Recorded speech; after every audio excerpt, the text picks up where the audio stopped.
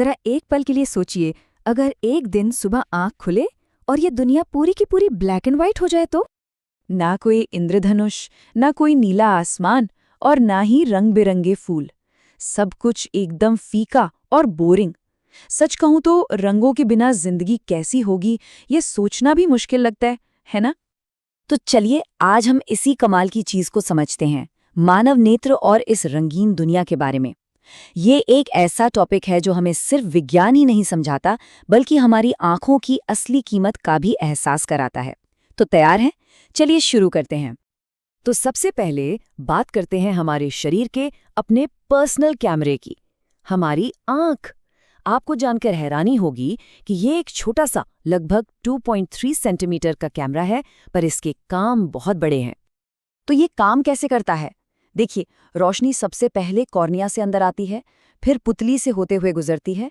इसके बाद जो लेंस है वो रेटिना पर एक उल्टी इमेज बनाता है। अब रेटिना पर कुछ खास लाइट सेंसिटिव सेल्स होते हैं जो तुरंत ऑप्टिक नर्व के जरिए हमारे दिमाग को सिग्नल भेजते हैं, और फिर हमारा दिमाग उन सिग्नलों को प्रोसेस करके हमें सीधी और असली इमेज दिखाता है। कमाल है ना? अच्छा, इसे याद रखने का एक बड़ा मजेदार तरीका भी है। कॉर्निया को समझिए गेटकीपर, पुतली को लाइट का एंट्री गेट, लेंस है हमारा फोकस मास्टर, रेटिना है फोटो स्क्रीन, और ऑप्टिक नर्व वो तो दिमाग तक जाने वाली एक सुपरफास्ट कुरियर सर्विस है। पर एक सवाल है, हमारी आंखें अलग-अलग दूरी की चीजों पर इतनी आसानी से फोकस कैसे कर लेती हैं? ये होता है समंजन क्षमता या पावर ऑफ अकोमोडेशन की वजह से। ये हमारे आई लेंस की वो काबिलियत है जिससे वो अपनी फोकल लंबाई को एडजस्ट कर सकता है, और इसे कंट्रोल करती हैं सिलियरी मांसपेशियां। तो होता क्या है, जब हम दूर की चीजों को देखते हैं तो ये मांसपेशियां एकदम रिलैक्स हो जाती हैं, लेंस पतला हो जाता है और फोकल लंबाई बढ़ जाती है। और जैसे ही हम पास की कोई चीज देखते हैं, मांसपेशियां सिकुड़ती हैं, लेंस मोटा हो जाता है और फोकल लंबाई कम हो जाती है।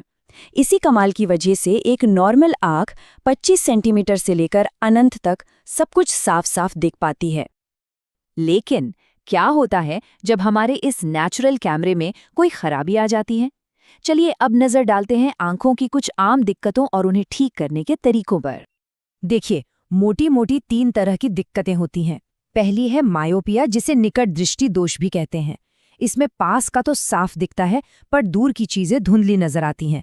इसे ठीक करने के लिए कॉनकेव यानी अवतल लेंस का यूज होता है। दूसरी है हाइपरमेट्रोपिया यानी दूर दृष्टि दोष। इसमें ठीक उल्टा होता है, दूर का साफ पर पास का धुंधला। इसके लिए कॉन्वेक्स यानी उत्तल लेंस काम आता है। और आखिर में है प्रेसबायोपिया, जो अक्सर बढ़ती उम्र के साथ होता है। इसमें पास की चीजों पर फोकस करने में मुश्किल होती है, जिसे बायफोकल लेंस से सुधारा जाता है। इसे याद रखने के लिए एक सिंपल सी ट्रिक है। मायोपिया के लिए कॉनकेव लेंस और हाइपरमेट्रोपिया के लिए कॉन्वेक्स लेंस। सिंपल। चलिए अब अपनी आंखों की दुनिया से निकलकर बाहर प्रकाश की दुनिया में चलते हैं और शुरुआत करते हैं प्रिज्म से, जो इंद्रधनुष बनाता है। जब सफेद रोशनी एक प्रिज्म से गुजरती है तो एक तरह का जादू होता है। वो रिफ्रैक्ट होती है, मतलब मुड़ जाती है। लेकिन मजे की बात यह है कि हर रंग थोड़ा अलग एंगल पर मुड़ता है, और बस इसी वजह से सफेद रोशनी विबग्योर के 7 रंगों में बट जाती है। इसी प्रोसेस को प्रकाश का विक्षेपण कहते हैं, जिसमें बैंगनी रंग सबसे ज्यादा मुड़ता है और लाल सबसे कम। इसे हम एक आर्ट की तरह भी देख सकते हैं, है ना? कि प्रिज्म एक आर्टिस्ट है, सफेद रोशनी उसका कैनवास, और जो इंद्रधनुष बनता है वो उसकी शानदार पेंटिंग है।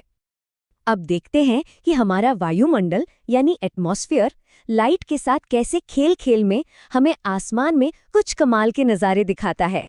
ये एक बड़ा दिलचस्प सवाल है कि तारे क्यों टिमटिमाते हैं पर ग्रह नहीं। इसकी वजह है एटमॉस्फेरिक रिफ्रैक्शन। तारों से जो रोशनी आती है वो एटमॉस्फेयर की अलग अलग परतों से गुजरते हुए लगातार मुड़ती रहती है, जिससे वो हमें टिमटिमाते हुए दिखते हैं। वहीं ग्रह हमारे काफी करीब हैं, तो ये असर एवरेज आउट हो जाता है और वो हमें स्थिर दिखते हैं। और पता है, इसी एटमॉस्फेरिक रिफ्रैक्शन की वजह से हमें सूरज असल में उगने से थोड़ा पहले और डूबने के थोड़ा बाद तक दिखाई देता है, यानी हमारा दिन थोड़ा सा लंबा लगने लगता है।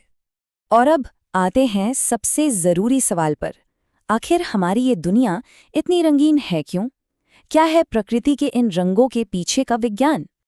वो सवाल जो हम सब ने कभी न कभी पूछा है, आसमान नीला क्यों होता है?